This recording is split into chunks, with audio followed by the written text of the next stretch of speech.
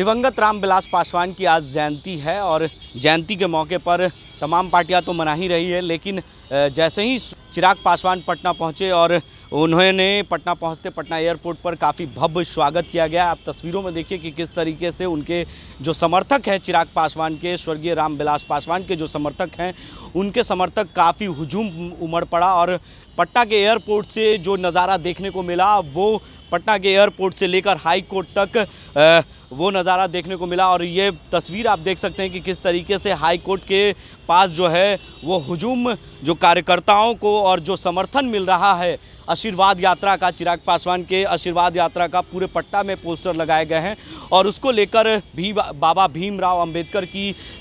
जो प्रतिमा है उस पर माल्यार्पण करना था, लेकिन सरकार के द्वारा अनुमति नहीं दी गई थी और इस ताले की जो चाबी है वो सरकार के पास रहती है, इसलिए जो जिला अधिकारी है उनके द्वारा ये परमिशन नहीं दी गई थी और चिराग पासवान इसी जगह पर बैठे हुए थे। करीबन आधे घंटे तक धरने पर बैठ गए और जिंदाबाद के नारे लगाने लगे और स्वर्गीय रामविलास पासवान की जिंदाबाद के नारे लगाने लगे। जो उनके समर्थक थे वो जिंदाबाद के नारे लगाने लगे चिराग पासवान के। तमाम कार्यकर्ता, हाथी और कह सकते हैं घोड़ा और जो बैंड बाजा बाराती, तमाम जो उनके जो स्वागत के लिए चिराग पासवान के पटना की सड़कों पर नज़ारा देखने को मिला। उन्हें कोई माला पहना रहा है तो कोई उन्हें सेल्फी ले रहा है। तमाम कार्यकर्ता यहाँ पर जुटे हुए नजर आए और बाबा भीमराव अंबेडकर की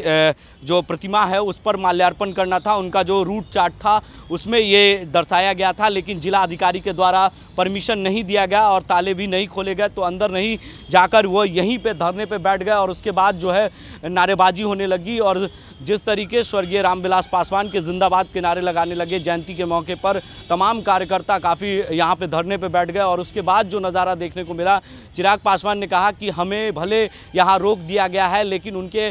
बाबा भीमराव के अंबेडकर की जो आदर्श है उस पर चलने से तो मुझे नहीं रोका जा सकता। इसके लिए नीतीश कुमार को जिम्मेदार ठहराया। उन्होंने कहा कि हमारे जिला अधिकारी के द्वारा ये परमिशन नहीं दिया गया क्योंकि हमने परमिशन मांगा भी था लेकिन परमिशन नहीं मिला। वहीं हाजीपुर में आशीर्वाद यात्रा की जो शुरुआत है वो करेंगे, लेकिन वहाँ के भी डीएम जिला अधिकारी ने निर्देश नहीं दिया, लेकिन यहीं पे धरने पे बैठे करीबन आधे घंटे तक वो हाईकोर्ट के पास धरने पे बैठ गए जहाँ भी बाबा भीमराव अंबेडकर की प्रतिमा है वहाँ पर बैठ गए और उन्होंने मीडिया से बातचीत में ये कहा कि ये सरकार की जो नीति है वो सही नहीं है। हमें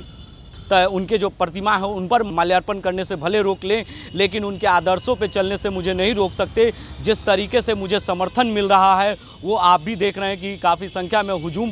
उमड़ पड़ा है। वहीं पशुपति पारस जो उनके चाचा है उन पर जब सवाल हुआ तो उन्होंने साफ तौर से कहा कि मैं आशीर्वाद यात्रा निकाल रहा हूँ अपने पिता के लिए और मुझे जो आशीर्वाद मुझे मिल रहा है ये सारा आप तस्वीरों में देखिए कि किस तरीके से हुजूम उमड़ पड़ा और उन्होंने यहाँ पर पहुँचे और करीबन आधे घंटे तक यहाँ पर बैठकर उन्होंने इंतज़ार की कि कोई अधिकारी के तौर पर या कोई भी जो इसके देख रेख में है वो ताला खोलेंगे, लेकिन ऐसा नहीं हुआ। लेकिन वो इंतज़ार कर बाहर से ही आप तस्वीरों में देखिए कि उनके जो गेट पर ही हैं बाबा भीमराव के प्रतिमा के बाहर ही उन्होंने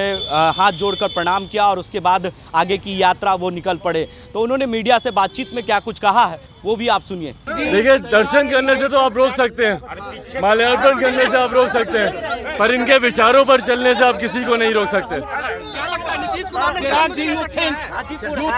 यकीनन, और कौन करेगा, और कौन करेगा।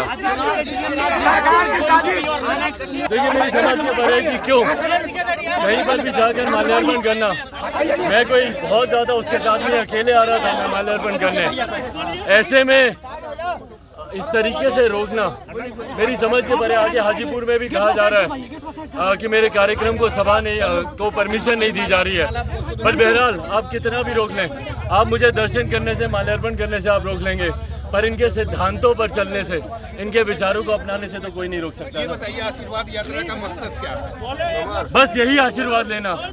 जो आज जन समर्थन मुझे मिला है और जिस बड़ी तादाद में आज बिहार के लोग ने मुझे, जब मेरे अपनों ने मुझे धोखा दिया तो ये मेरा नया परिवार आज इस मजबूती से खड़ा हुआ है। इस आशीर्वाद यात्रा का मकसद भी बस यही था। आज के दिन सैकड़ों कार्यकर्ता आपकी स्वागत कर रहे हैं, तो आज के दिन आप चाचा को क्या कहेंगे? चाचा को कुछ नहीं, वो देख ही रहे हैं कि जन समर्थन किसके पास है, लोग किससे साथ जुड़ रहे हैं, किसको अपना आशीर्वाद दे रहे हैं और जनता का आशीर्वाद जिसके साथ है उसको आगे बढ़ने से कोई नहीं रोके। देखना ये होगा कि आशीर्वाद यात्रा कितना सफल हो पाता है या नहीं, यह तो आने वाला वक्त बताएगा। तमाम ऐसी खबरों के लिए आप बने रहे 10 न्यूज़ के साथ और देखते रहे 10 न्यूज़।